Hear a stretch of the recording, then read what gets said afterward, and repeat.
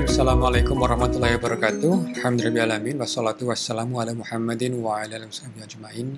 Rekan-rekan semua, kali ini Pak Ahmad mau membahas sesuatu yang cukup menantang, yaitu apa sebenarnya hubungan antara teori evolusi dengan Islam. Ya, jadi karena saya sebagai seorang guru, nah tentu apalagi guru biologi ya, karena spesialisasi saya adalah di bidang genetik molekuler, biologi molekuler, mau tidak mau kita memang harus berkecimpung dengan teori evolusi ini. Dan saya bisa mengatakan bahwa teori evolusi ini sangat membantu, terutama kalau kita bicara isu-isu mengenai biomedis, gitu ya, bagaimana munculnya resistensi bakteri karena antibiotik, bagaimana kanker terjadi, bagaimana kanker bisa resisten, gitu ya, itu sangat terbantu kalau kita paham mengenai teori evolusi ya. Jadi saya akan menggunakan buku yang sangat bagus ya menurut saya. Buku ini adalah ditulis Prof. Syuaib Ahmad Malik. Beliau adalah seorang profesor di Emirat dan dia backgroundnya menarik. Dia itu sebetulnya adalah engineer, dia insinyur teknik kimia. Ya, tapi sesuatu terjadi pada beliau dan beliau sangat tertarik untuk menulis buku evolusi secara sangat detail, terutama dari perspektif Islam. Dan dia menggunakan bukunya Al-Ghazali. Dan saya akan mengupas buku ini karena terus terang ini juga memberikan solusi kepada saya bagaimana sebetulnya menyikapi dengan tepat mengenai teori evolusi ini, terutama dari perspektif Islam.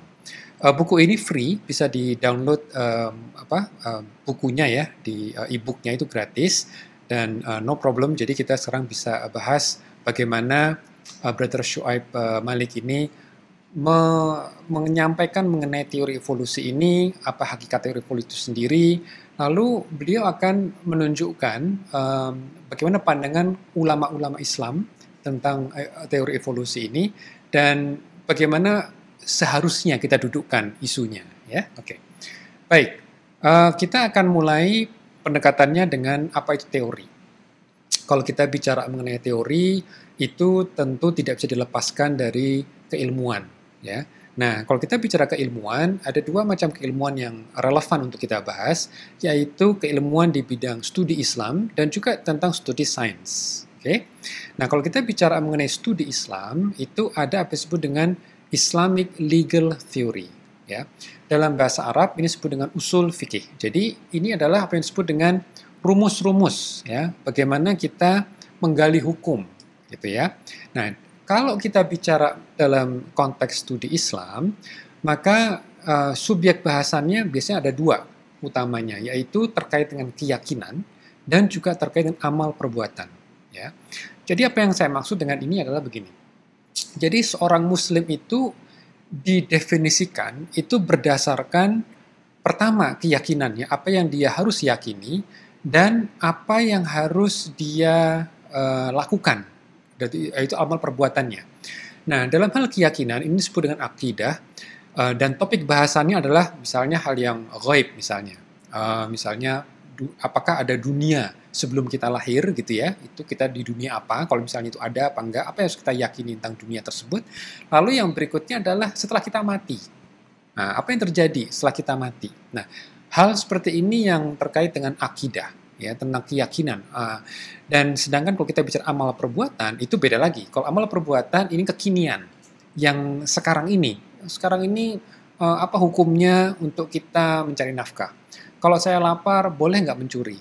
Ketika saya kedinginan, bolehkah saya mencuri baju misalnya gitu ya. Nah, jadi hal-hal yang terkait dengan perbuatan hamba itu juga menjadi bahasan dari para ulama.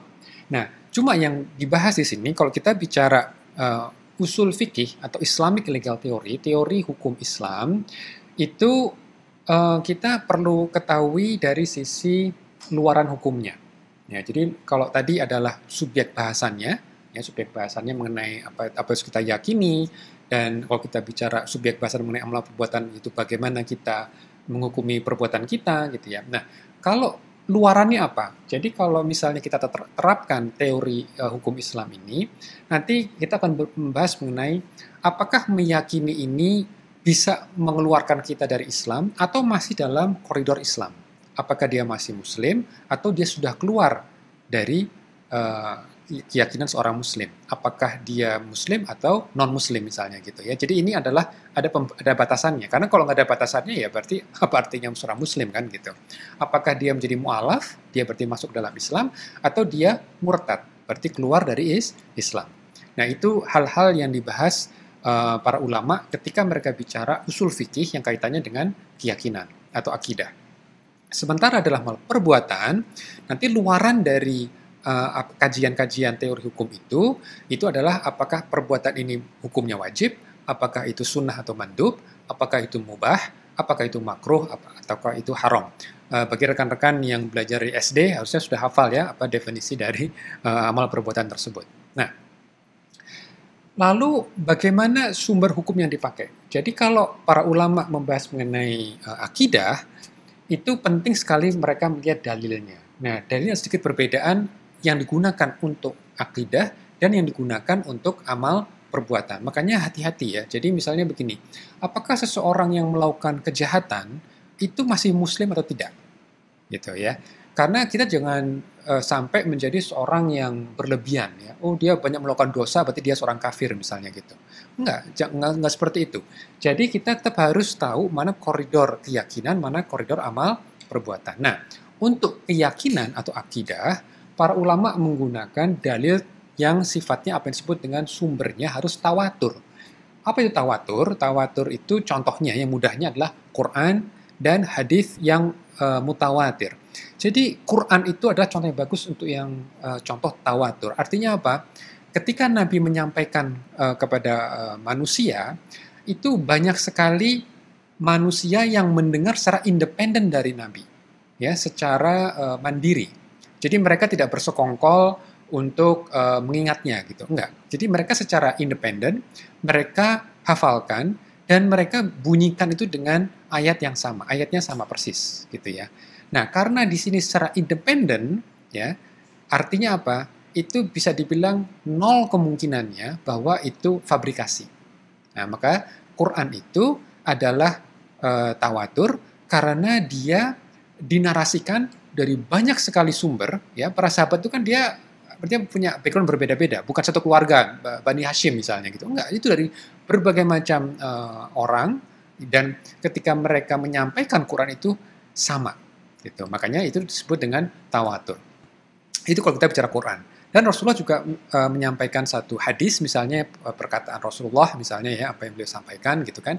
Dan itu ketika dinarasikan juga oleh multiple sources, oleh sumber-sumber yang berbeda, dari sahabat yang berbeda, dan teksnya sama, maka ini disebut juga hadis mutawatir. Maka kalau kita bicara mengenai aspek-aspek keyakinan, ya, itu harus menggunakan dalil yang tadi, yang sumbernya tawatur. Ya. Jadi misalnya apa sih contohnya dalam Al-Quran? Misalnya Al-Quran menyampaikan alif lam mim. Alif lam mim kita tidak tahu apa itu artinya, tapi kita yakin itu dari Allah Ta'ala, karena apa? Itu berasal dari Quran, dan Quran adalah sumbernya tawatur, gitu ya. Nah, itu kita yakini. Jadi dalam tradisi keislaman, tidak semuanya harus kita amalkan. Ya, ada hal-hal yang cukup kita yakini. Nah, oke. Nah, sedangkan kalau kita bicara amal perbuatan, dalilnya tidak harus yang tawatur. Dia bisa dari Quran tentu saja, dan juga dari hadis. Ya, dari hadis yang tidak harus tawatur, tidak harus mutawatir. Bisa saja dari hadis-hadis ahad misalnya, dari single narration, ya, dari satu sumber. Misalnya hanya satu sahabat saja yang menarasikan, gitu kan? Itu sudah cukup untuk dalil amal perbuatan. Oke, jadi dalam studi Islam itu ada apa disebut dengan teori. Gunanya apa? Supaya nanti ketika ada murid yang baru belajar gitu kan, dia tidak harus menggali sendiri ya, dia juga bisa mempelajari dari para ulama karena sudah dibuatkan kodifikasi teori. Jadi korpusnya itu sudah terbentuk gitu ya. Oke. Nah, itu kalau kita bicara mengenai studi Islam.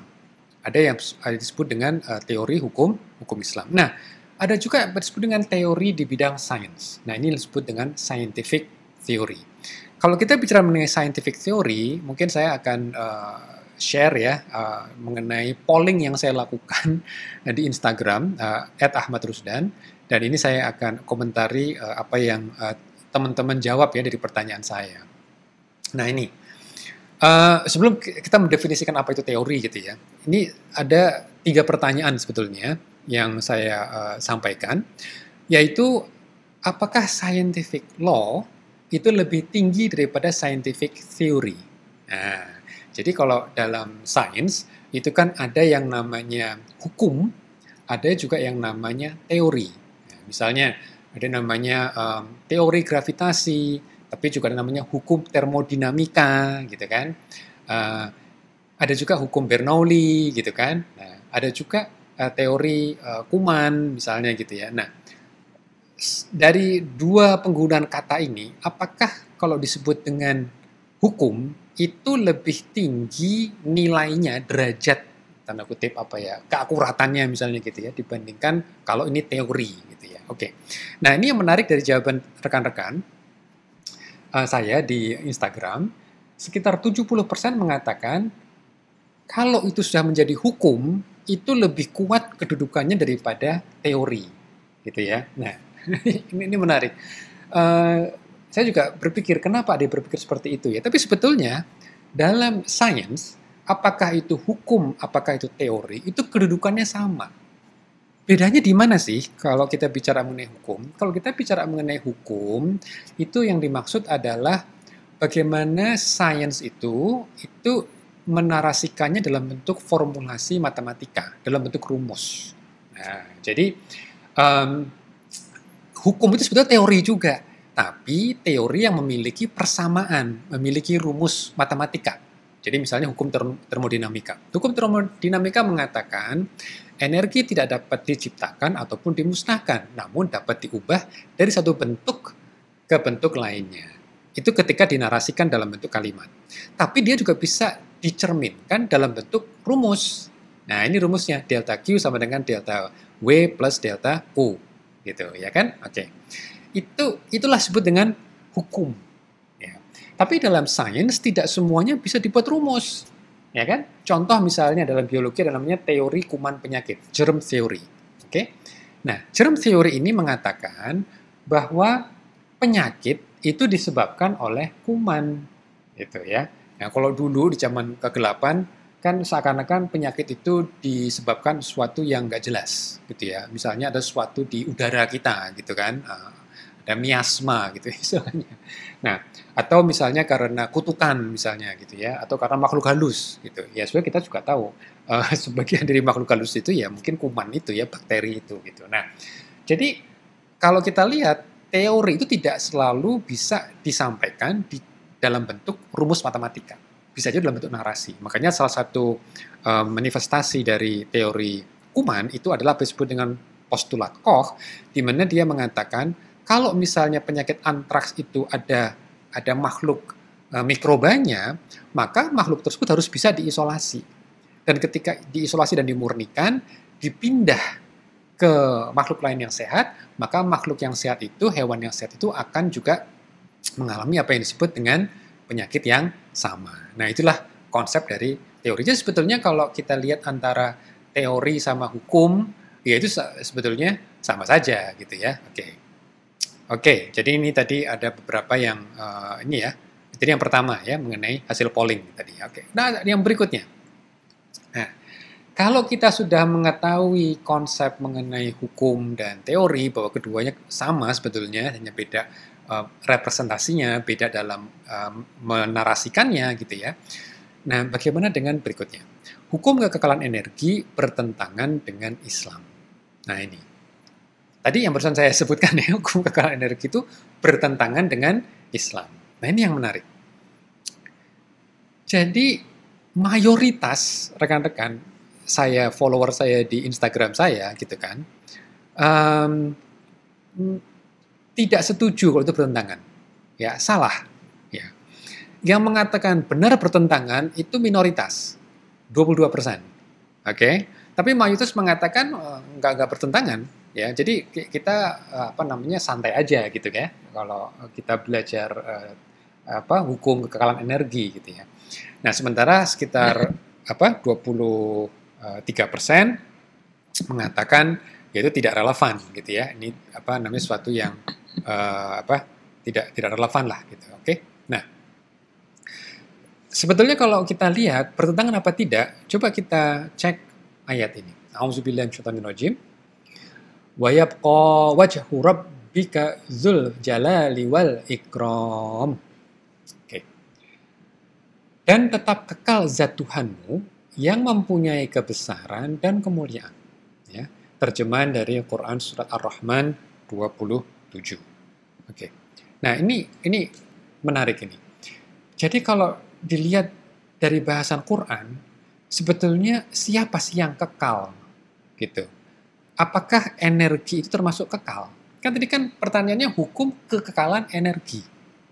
Nah, kalau misalnya hukum kekekalan energi itu mengatakan seperti itu gitu ya, bahwa energi juga kekal, apakah berarti energi dan Tuhan itu sama? Gitu. Padahal dalam tradisi Islam kita tahu bahwa hanya Allah Ta'ala sang pencipta yang kekal. Semua yang lain ciptaannya itu akan berakhir, fana gitu ya. Tidak akan kekal, walaupun mungkin waktunya lama sekali gitu ya, tapi pada ujungnya akan berakhir juga. Ya, seperti alam semesta ini ya. Ini kan kesannya kan kapan akan berakhir? Mungkin akan berakhir pada satu titik, ya kan? Tapi lama sekali, tapi pada akhirnya akan berakhir juga. Bagaimana dengan energi? Apakah betul energi itu kekal? Gitu kan. Nah, jadi kalau dari sisi ini sebenarnya bisa dikatakan itu bermasalah kan gitu. Nah, tapi kenyataannya orang tidak banyak membahas atau tidak begitu masalah dengan hukum kekekalan energi. Tapi kalau udah bahas mengenai teori evolusi, apakah bertentangan dengan Islam? Nah, ini yang luar biasa. Ini luar biasa banget. Karena apa? Di sini dikatakan mayoritas. Karena 50% pasti 50% ke atas ya. Itu 57%, mungkin 60% lah gitu ya. Itu mengatakan benar, itu bertentangan. Sementara yang tidak bertentangan ini juga lumayan besar sebetulnya. Karena ekspektasi saya jangan-jangan nanti 100% mengatakan bertentangan, yaitu benar gitu ya. Tapi ini sekitar sepertiga mengatakan tidak kok. Ini juga menarik. Ini nampaknya sudah ada pencerahan juga nih ya, bahwa ini tidak bertentangan. Dan sekitar 16% ya ini untuk aman ya, tidak relevan gitu ya. Artinya tidak sesuatu yang perlu dibahas gitu ya, tidak relevan antara teori evolusi dengan Islam. Oke?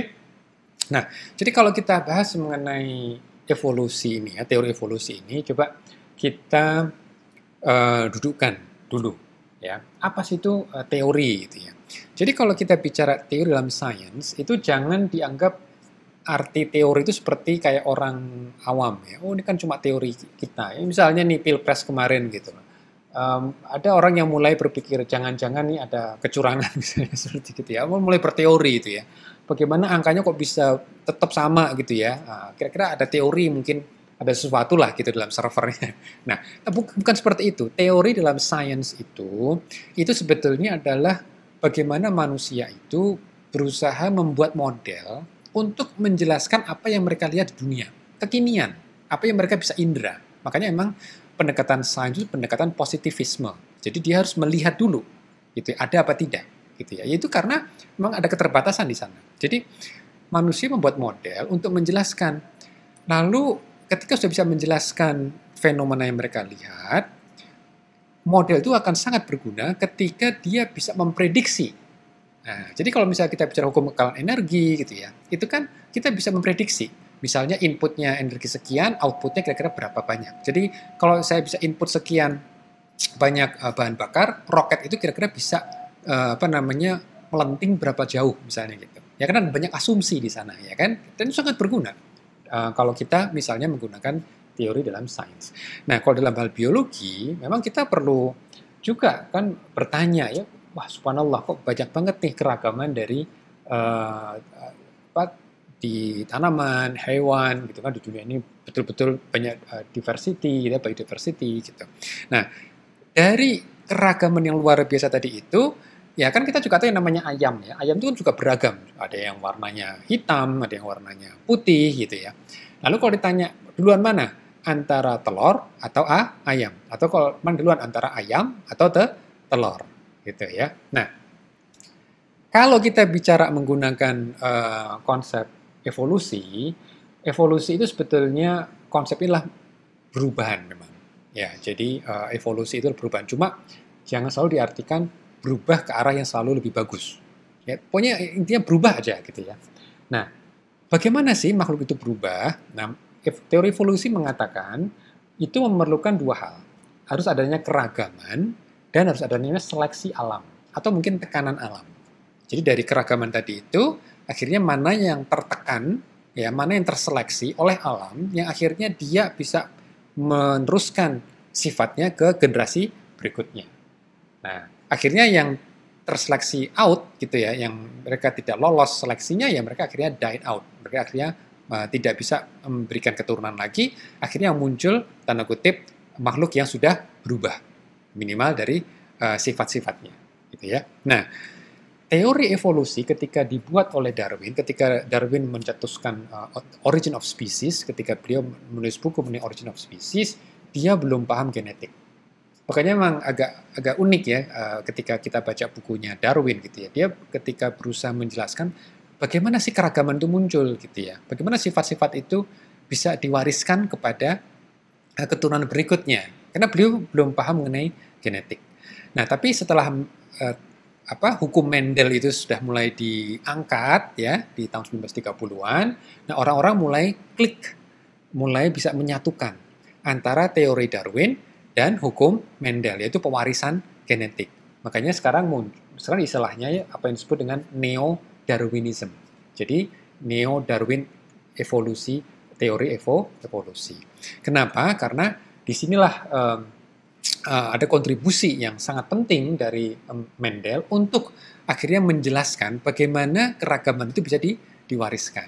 Nah, ketika bisa berhasil diwariskan, maka nanti akan menghasilkan spesies baru, di mana dia secara genetiknya sudah mulai berbeda dari dari ancestor sebelumnya, dari tanda kutip orang tua mereka sebelumnya, nenek moyang mereka sebelumnya. Nah, jadi gambaran sederhananya nih kalau di buku SD bagaimana itu keragaman dan proses seleksi. Jadi misalnya nih kupu-kupu misalnya gitu ya, atau hewan mencit gitu ya. Jadi mama mencit punya banyak sekali anak dan nanti anaknya beragam kan warna ininya warna kulit, warna bulunya gitu ya. Nah, di sini bagaimana sih proses seleksi alam itu? Seleksi alam itu ya ketika mereka hidup di alam yang gelap misalnya, maka mencit yang warnanya gelap akan lebih sulit dikenali oleh predator. Tapi kalau dia warnanya terang seperti putih misalnya akan mudah dikenali. Nah, dalam akhirnya berjalannya waktu yang muncul nanti, yang dominan nanti adalah mencit yang berwarna gelap.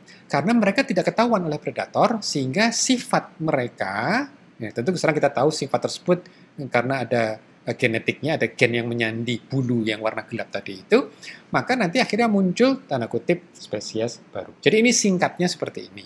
Nah, itu lalu bertanya, kan masih ada spesies yang warna mencit ya warna putih kan gitu kan. Nah, di sini memang nanti ada hal yang lain yang perlu kita pertimbangkan ya. Jadi teori evolusi itu memang mensyaratkan tidak cukup mengenai keragaman dan seleksi alam.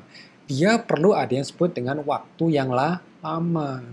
Gitu. Jadi akhirnya ada yang muncul apa disebut dengan evolusi mikro dan evolusi makro. Evolusi mikro itu artinya apa? Spesiesnya tidak berubah, tapi memiliki sifat-sifat baru.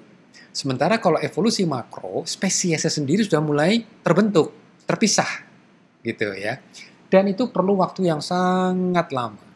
Sangat lama. Ya, jadi kalau misalnya dalam studi virus misalnya kita ingat yang kayak COVID ya kan ada SARS-CoV-2 gitu kan. Nah, menurut para virologis ya, para ahli virus gitu ya, virus itu bisa dikategorikan berbeda itu juga tergantung dari berapa banyak persentase genetik di antara mereka. Oke, makanya sekarang kalau kita bicara SARS-CoV-2 penyebab COVID-19 itu antara yang asli dari Wuhan sampai yang Omicron itu bedanya masih kecil sekali, ya kurang dari 1% misalnya gitu ya. Oke, makanya masih dalam kategori SARS-CoV-2.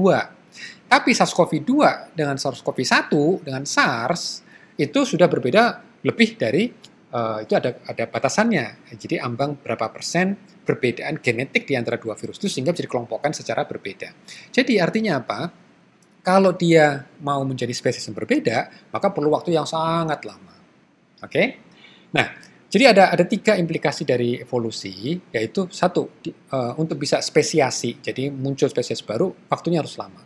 Yang kedua, karena dia berasal dari nenek moyang yang sama, makanya ada namanya common ancestor, gitu ya. Nah, nanti kita akan bahas common ancestor seperti apa, dan mekanismenya itu melalui pewarisan sifat melalui mutasi genetik secara acak. Variasi genetik itu bisa secara acak. Jadi genetik sebagai unit terkecil yang menyandi sifat, gitu kan. Dan dia ketika termutasi itu bisa beragam tentu, ada muncul banyak variasi dan itu bisa diwariskan. Oke. Nah, ini adalah gambarannya. Jadi awalnya dunia itu ya belum ada makhluk hidup gitu kan. Nah, lalu mulai muncul tuh ada yang sebenarnya common ancestors ya. Kalau kita lihat di panel yang kanan ini ada namanya common ancestors yang akhirnya give rise ke berbagai macam spesies. Dan waktunya harus lama. Kita bicara jutaan tahun lalu. Jadi emang agak susah nih menggambarkan ini. Tapi kira-kira dalam buku Shoaib Malik Ahmad ini beliau mengatakan gambaran seperti ini. Seandainya dunia dimulai 150 juta tahun yang lalu, 150 tahun yang lalu, ya, berarti kira-kira zaman Diponegoro lah. Kalau kita tahun 2020, berarti 150 tahun yang lalu kan ya zaman perang Diponegoro. Oke? Itu kira-kira yang namanya manusia itu baru muncul itu sekitar mungkin 2-3 hari yang lalu. Jadi segitu jauhnya ya. Jadi manusia itu relatif baru gitu ya. Sedangkan Nabi Muhammad SAW itu baru muncul mungkin sekitar 23 menit yang lalu. Nah, ini bisa menggambarkan skala ya, skala kehidupan muncul di dunia ini memang waktunya lama. Jadi dalam skala waktu ini itu luar biasa. Oke. Nah, itu jadi dia ada aspek perlu ada waktu yang lama, perlu ada yang namanya nenek moyang yang sama, dan mekanismenya itu melalui pewarisan genetik. Jadi kembali ke pertanyaan, mana duluan antara ayam atau telur? Kalau kita menggunakan kaidah evolusi, maka yang duluan adalah apa? Yang duluan adalah telur. Kenapa? Karena telur itu membawa variasi genetik. Jadi kalau misalnya genetik telur ini berubah, ya terkena mutasi segala macam, nanti sifatnya pun berubah. Jadi apa yang disebut dengan genotip itu adalah penyandinya, yaitu dari genomiknya. Sebenarnya fenotipnya adalah sifatnya yang bisa kita lihat. Misalnya warna bulunya, warna rambutnya. Kalau dalam ayam ya berarti warna bulu ayamnya gitu ya. Nah, berarti kalau misalnya ada mutasi di telur, berarti itu akan diwariskan. Tapi bagaimana dengan di bulu? Jadi pewarisnya bukan melalui sel bulu, tapi dari sel telur. Gitu. Itu yang membuat teori Darwin ini berbeda dengan Lamarckian misalnya. Ya, beda lagi ya dari ilmuwan yang lain. Jadi harus diwariskan di sel telur karena atau kalau manusia ada dua, sel telur atau di sel sperma. Oke. Nah, jadi konsepnya sama seperti juga jagung. Jagung itu juga aromanya warna-warni, genetiknya juga warna-warni. Sementara manusia yang menseleksi. Manusia yang menseleksi sehingga manusia seleksi jagung yang bisa dimakan. Nah, kalau dalam konsep Darwin, berarti yang menseleksi tanda kutip siapa? Ya alam itu. Secara apa namanya dunia itu yang misalnya dengan adanya gempa atau adanya iklim yang sangat ekstrim misalnya gitu ya. Jadi itu adalah yang menekan gitu. Nah, makhluk hidup yang punya keragaman genetik atau sifat genetik yang pas, dia akan bisa beradaptasi dan dia bisa meneruskan ke generasi berikutnya. Nah, kalau kita bicara mengenai bukti evolusi, sebetulnya ada 3. Dan yang pertama tentu adalah fossil record gitu ya. Jadi ini menggambarkan yang paling bawah. Jadi yang ini ya, paling bawah itu adalah paus gitu kan. Yang paling atas itulah fosil yang terbaru ya, yang ditemukan di Pakistan, namanya Pachycetus. Jadi ini adalah transisi yang mereka bisa lihat bahwa, karena paus itu kan bukan ikan ya, dia itu kan mamal gitu kan. Dilihat dari bentuk morfologinya ya, mulai dari tulang kepalanya sampai bentuk ekornya. Jadi ada perubahan dari itunya limbs. Jadi tangan yang depannya itu sudah mulai berubah gitu. Tapi bukan berarti bukan berarti ini waktunya cepat gitu ya, bukan. Tapi mereka perlu waktu yang sangat lama. Jadi mereka melihat dari kulit bumi gitu ya, dari kerak bumi itu di fosil ini ditemukan di mana ya. Jadi yang paling awal itu di paling dalam. Lalu mereka juga melihat dari bukti-bukti dalam persoalan homologi, ya. Jadi ini yang paling yang di sini ya. Nah, itu adalah yang dari kelelawar, nih yang paling sini adalah manusia, gitu ya. Jadi ini ada semacam homologi. Dan kita juga tahu secara genetik gitu kan, sekuennya itu sangat ada kemiripan gitu ya, yang bisa membuat tanda kutip limbs tadi itu, ya. Oke. Nah, lalu yang terakhir tentu adalah data genetik itu sendiri. Nah, ini adalah menggambarkan bagaimana kemiripan struktur genetik antara manusia dengan chimpanzee. Jadi manusia itu yang di sebelah kiri gitu ya, yang ujung sebelah sana adalah dari orangutan, ada juga gorila dan chimpanzee. Manusia punya 23 kromosom, mereka punya 24. Strukturnya, bendingnya, tipe patternnya itu sangat-sangat mirip. Jadi ini menunjukkan bukan kita itu berasal dari kera, ya bukan, tapi kita memiliki apa disebut ancestor nenek moyang yang sama. Jadi kalau ini tuh keliru ya, ini nggak seperti ini. Jadi bukan kita ini berasal dari kera gitu, bukan. Tapi yang benar adalah kita itu berasal dari nenek moyang yang sama. Nah, jadi ini gambaran yang tepat ini seperti ini ya. Jadi ada namanya common ancestors antara manusia dengan kera ya. Jadi bukan kera itu menghasilkan manusia atau apa namanya give rise to human, bukan seperti itu. Oke? Nah, di kita ada yang namanya Sangiran, masih ingat ya di Solo itu ada Museum Sangiran. Mereka termasuk apa yang disebut dengan Homo erectus. Homo erectus ini terpisah jauh dari Homo sapiens. Jadi kita itu masuk sebenarnya Homo sapiens. Homo erectus itu sudah terpisah. Jadi artinya apa? Kita bukan jadi kalau kita dari genetiknya gitu ya, dari apa namanya bukti fosilnya itu bukan kita berasal dari Homo erectus, bukan, tetapi kita sudah mulai terpisah. Ya, jadi dan kita juga tahu nih migrasi Indonesia itu kan juga ada yang dari Asia gitu kan, dari benua Asia dan selanjutnya. Tapi bukan yang dari Jawa. Jadi manusia Jawa yang manusia Sangiran itu bukan nenek moyang kita-kita yang tinggal di Jawa sekarang gitu ya. Oke. Nah, lalu bagaimana pandangan Islam terhadap evolusi? Jadi kalau kita tadi bahas mengenai teori, kita bahas tadi mengenai evolusi itu sendiri, jadi kita berusaha menjernihkan ya isunya bahwa teori evolusi tidak mengatakan bahwa manusia berasal dari kera, tapi teori ini mengatakan ada nenek moyang yang sama antara manusia dengan kera misalnya gitu ya. Oke. Nah, lalu bagaimana pandangan Islam terhadap evolusi? Jadi Syuaib Malik ya, beliau mengkategorikan ada 4 respon ulama Islam, para ahli Muslim terkait dengan teori evolusi ini. Ada 4, yaitu yang mengatakan teori evolusi sama sekali bertentangan dengan Islam, big no-no, ya, tanpa kecuali. Penjelasan semua itu dianggap enggak. Jadi lebih ke arah kreasinisme. Jadi semua itu tercipta sejak awal ya seperti itu, gitu ya. Tidak ada namanya proses evolusi, tidak ada. Oke. Yang kedua mengatakan ya, teori evolusi bisa diterima kecuali manusia. Yang ketiga mengatakan ya, kecuali Nabi Adam. Dan yang terakhir, ya, tanpa kecuali. Nah, ini gimana nanti untuk apa namanya? Kan di Quran kan sebagian ada ayat yang mengatakan manusia dari Nabi Adam gitu ya. Bagaimana dengan evolusi gitu ya? Oke. Jadi kita mulai yang pertama dulu. Jadi teori evolusi yang pertama, kelompok yang pertama mengatakan tidak ada ampun buat evolusi, ya, tidak ada apa namanya tidak benar, salah, keliru total, ya. Yang terkenal adalah Ustadz Syekh Zakir Naik dan juga peneliti Islam Science yaitu Osman Bakar.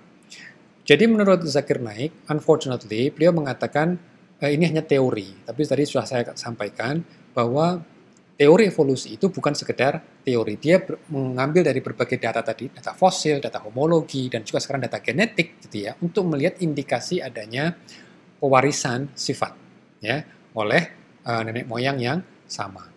Nah, akan tetapi Osman Bakar melihat dari sisi filsafat sains itu sendiri. Jadi dari metafisikanya, karena sains itu tidak memasukkan konsep Tuhan di sana, jadi tidak ada peran Tuhan di sana, yaitu bermasalah, gitu ya. Apalagi itu juga yang mengatakan ini agenda ateis atau agenda Yahudi, bahwa ini kalau sains teori evolusi ini memang ada agenda kaum ateis, gitu ya. Dan memang tidak dipungkiri banyak pakar-pakar evolusi itu mereka memang seorang ateis, gitu ya. Tapi sekali lagi antara ateisme dengan evolusi itu tidak saling tidak saling mensyaratkan ya. Jadi Anda tidak harus menjadi seorang ateis untuk percaya evolusi gitu ya.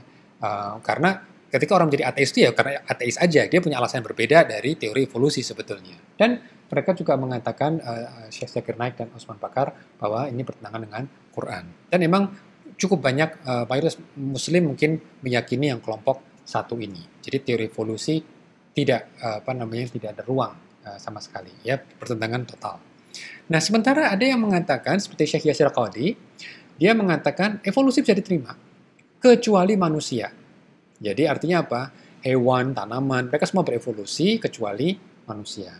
Nah, ini berarti bisa mengakomodasi nih data sains. Jadi kita bisa melihat data paleontologi, data genetik, data populasi gitu kan. Nah, hanya saja manusia diperkecualikan gitu ya. Karena menurut Syekh Yasir Qadhi, narasi dalam Al-Quran sudah cukup jelas bahwa manusia itu memang spesial gitu ya. Jadi diterima kecuali manusia. Sementara yang menarik ini dari Dr. Solomon David Jalajal ya. Dia mengatakan evolusi iya, bahkan terhadap manusia kecuali Adam. Kecuali Adam alaihissalam. Nah, ini menarik ini. Jadi kenapa beliau lebih spesifik lagi ya dalam membuat pengecualiannya, itu karena beliau melihat ada data yang cukup baru gitu ya, dan ini diangkat oleh Svante Pääbo, dia seorang ahli paleontologi, antropologi manusia purba, bahwa ternyata ada human-like ya, seperti manusia gitu ya. Dan dari sisi genetiknya itu cukup ada bahkan sebagian genetik mereka itu masuk ke dalam genom kita. Waktu COVID kemarin itu sangat terkenal tuh, coba jadi pertemuan cukup besar. Kenapa sebagian orang itu nampaknya kok cukup resisten terhadap COVID? Ternyata sebagian dari mereka itu membawa gennya Neanderthal. Nah, ini kita lihat tuh. Jadi suatu kelompok manusia ya yang mempunyai kemiripan dan genomnya itu masuk ke dalam genom kita gitu. Nah, dalam hal ini Solomon David Jalajil menggunakan konsep tawakuf. Jadi dia holding judgment. Dia ketika melihat seperti ini, apakah ini bertentangan apa tidak, dia melihat lagi apakah betul Quran itu sangat definitif ketika membahas mengenai evolusi. Apakah ada evolusi dengan secara detail bagaimana manusia itu diciptakan gitu ya. Nah, dalam hal ini beliau tidak membuat judgment. Makanya dia mengatakan, oke, kalau gitu kecuali Adam.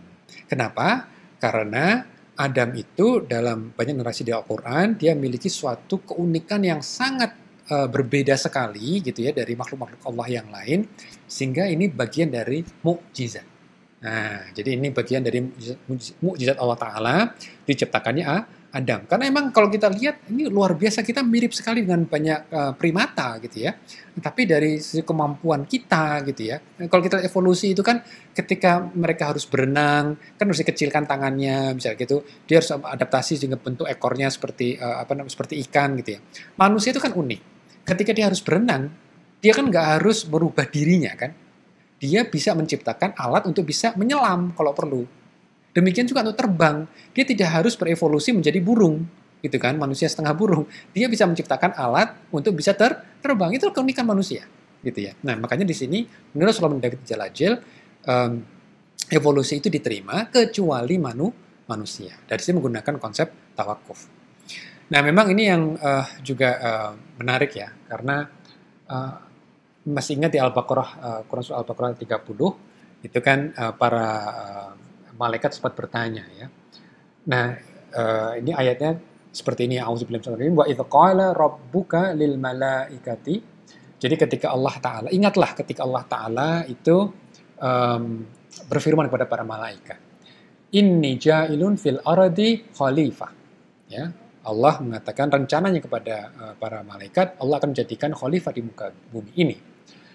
Lalu para malaikat merespon, qalu ataj'alu fiha man yufsidu fiha wa yasfiku dima. Nah, para malaikat ini sedikit bertanya gitu ya. Ya Allah, apakah engkau menjadikan orang yang merusak dan menumpahkan darah di sana? Gitu kan? Wa nahnu nusabbihu bihamdika wa nuqaddisu lak. Sementara kami ini bertasbih memujimu dan menyucikan namamu. Nah, Allah merespon kembali, qala inni a'lamu ma la ta'lamun. Dan Allah berfirman kembali, sungguh aku mengetahui apa yang tidak kamu ketahui. Nah, jadi ayat ini menarik ini. Jadi pertanyaannya, ketika Allah menciptakan Adam itu, apakah memang secara manusia itu pertama kali? Nah, jadi kalau Solomon David Jalajil itu mengatakan kayaknya kita bukan pertama kalinya deh, gitu ya. Jadi memang dari temuan Svante Pabo yang saya tadi sampaikan, ternyata ada beberapa spesies tanda kutip manusia, ya manusia yang hidup sejaman dengan kita, gitu ya. Jadi artinya sejaman itu artinya kita pernah berinteraksi. Karena buktinya apa? Genom mereka itu sebagian masuk ke dalam genom kita. Ya bahkan yang paling tinggi itu di ras Cina ya, dari Asia itu lebih banyak daripada ras yang lain gitu ya, dari Kaukasia misalnya gitu. Jadi artinya apa? Ada kontribusi genom, jadi apa sebenarnya introgression ya dalam. Ini pertanyaannya kok bisa masuk ke kita gimana ya? Berarti kan mereka pernah ketemu kan gitu. Lalu kok seperti itu, posisi Nabi Adam itu kira-kira ada di mana gitu. Jadi yang pasti bukan dari sangiran ya. Jadi kalau manusia sangiran manusia Jawa, ini bukan di sini gitu kan. Nah, sementara kalau kita lihat ada juga Homo heidelbergensis. Jadi Nabi Adam itu apakah just sebelum ini, apakah sebelum Homo heidelbergensis, apakah sudah munculnya Homo heidelbergensis atau manusia itu ya betul-betul terpisah dari dari Homo neanderthalensis dan Homo denisova. Jadi ada dua homo yang lain yang sangat mirip dengan manusia gitu kan, karena mereka pernah genom mereka pernah bercampur dan kita mewarisi sebagian dari genom mereka. Jadi walaupun ini sudah punah, neanderthalensis sudah punah dan denisova sudah punah, tapi ternyata genom mereka masuk ke dalam kita. Nah, kira-kira Nabi Adam di mana?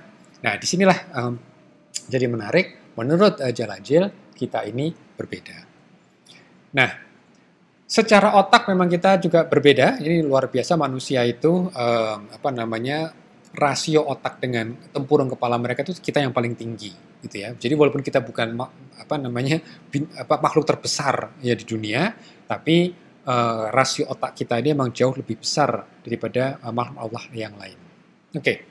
Nah, yang terakhir, yes tanpa kecuali, ini disampaikan oleh ahli biologi molekuler Prof. Rana Dajani dan juga Nidal Gossom.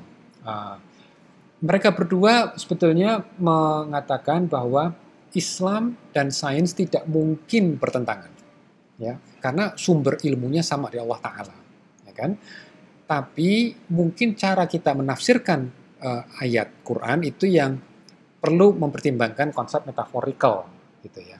Nah, tentu kenapa disebut Averroism? Karena ini dari Ibnu Rushdi, ya, seorang ahli fikih dan juga seorang mujtahid, seorang filosof dari Spanyol dulu, dari Andalusia.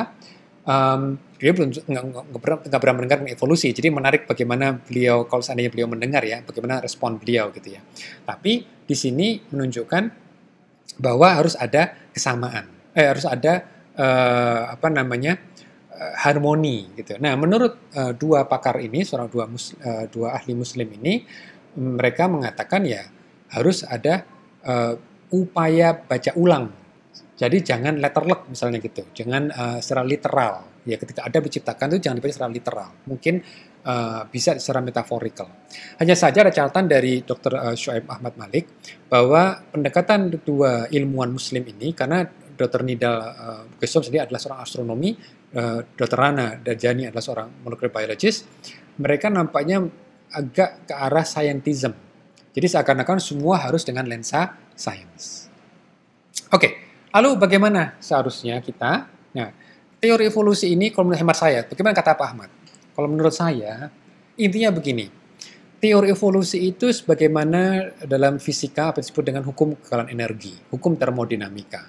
Intinya, tidak perlu dipertentangkan dalam ranah akidah. Oke? Jadi kalau kita lihat buku Shoaib Ahmad Malik ini menggunakan pisau analisa dari Abu Hamid Al-Ghazali, ya. Beliau adalah seorang ilmuwan, ulama Islam yang sangat terkenal. Salah satu magnum opusnya adalah Ihya Ulumuddin. Tapi beliau pernah menulis buku apa yang disebut dengan Faisal Tafrika Bainal Islam wa Zindiqa. Jadi buku ini itu sebetulnya untuk menjelaskan apa sih batasan menjadi seorang muslim. Nah, jadi batasan seorang muslim itu dia ada minimalisnya. Ya, dia meyakini Allah Taala sebagai Tuhan, Nabi Muhammad SAW sebagai Nabi kita, dan juga pada hari akhir. Dan juga hal-hal yang termaktub secara tawatur. Jadi dalam mesti ingat narasi-narasi tawatur yaitu Quran dan hadis mutawatir. Jadi menurut Abu Hamid Al-Ghazali, kalau informasi-informasi itu termaktub dalam 2 dalil yang tawatur tadi itu sudah cukup untuk dia menjadi seorang muslim. Gitu ya. Jadi pertanyaannya lagi, evolusi apakah dibahas di Al-Qur'an? Apakah ada ayat-ayat yang betul-betul menegasikan gitu kan? Makna dari evolusi, bagaimana mekanisme penciptaan manusia secara detail gitu kan? Ya. Nah, karena tidak ada karena begini. Jadi apakah seorang muslim itu wajib meyakini evolusi atau tidak meyakini evolusi untuk menjadi seorang muslim? Itu yang menjadi pertanyaan besarnya seperti itu. Oke. Karena apa? Karena dalam scientific teori itu sebetulnya kan untuk menjawab pertanyaan kekinian. Sementara akidah Islam itu lebih luas daripada itu. Ya kan? Makanya di sini satu pegangan yang cukup bagus ya bagi kita bahwa gunakan teori itu tidak perlu diperdebatkan apakah harus masuk ke dalam ranah akidah atau tidak gitu ya. Oke, baik, mungkin dari saya cukup sekian, emang cukup agak panjang. Kalau misalnya memang ada masukan silakan tulis di komen gitu ya. Ini juga menjadi masukan buat saya. Karena apa? Sekali lagi dalam ilmu biomedis ini teori evolusi ini emang sangat membantu gitu ya. Tapi apakah kita bisa memprediksi manusia akan berevolusi terus gitu ya? Bisa saya sampaikan manusia emang unik. Khusus manusia emang unik gitu ya. Karena dia tidak harus berubah tubuhnya ya untuk bisa mempunyai sifat baru. Karena dia punya kemampuan kognitif yang luar biasa. Baik, mungkin begitu dulu. Karena tadi sudah azan, kita lanjutkan di lain kesempatan. Assalamualaikum warahmatullahi wabarakatuh.